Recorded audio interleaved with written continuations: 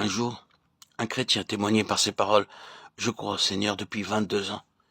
Les 2 premières années, j'ai fait tout mon possible pour croire.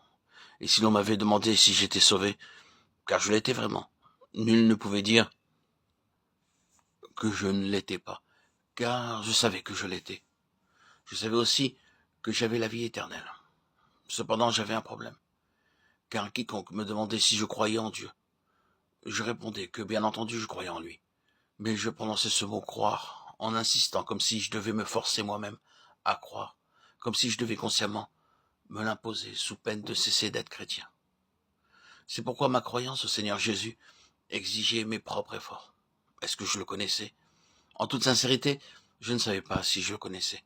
J'avais recours à beaucoup de raisonnements et à la doctrine pour protéger ma foi.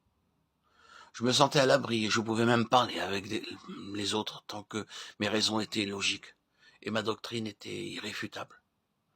J'avais besoin d'une aide mentale dans ma vie chrétienne. Et aujourd'hui, je peux témoigner qu'il n'en est plus ainsi. Aujourd'hui, je peux dire que je connais mon Dieu. Je n'ai plus besoin d'avoir recours à une aide mentale pour avoir un appui. Je n'ai plus recours à des preuves externes pour protéger ma foi intérieure. Ce chrétien a exprimé en fait ce que signifie connaître vraiment Dieu. Cette connaissance procède de la révélation. Ce n'est pas parce que la doctrine est juste, mais parce que vous le connaissez intérieurement par révélation. Cela est différent de la connaissance que vous avez eue aussitôt après avoir été sauvé. Car alors, vous pensiez que votre connaissance devait être entourée de beaucoup de soins, à l'écart de toute crainte, au risque qu'elle ne soit endommagée de quelque manière, ou bien même perdue. Pour beaucoup, leur foi dans le Seigneur Jésus est continuellement dépendante et liée à l'obligation d'une marche attentive. Ils ont toujours peur d'entendre quelque chose de différent qui puisse affirmer leur connaissance de Dieu.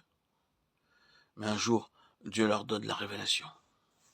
Ils commencent à le connaître intérieurement, car ils l'ont vraiment vu, et tous les problèmes sont résolus.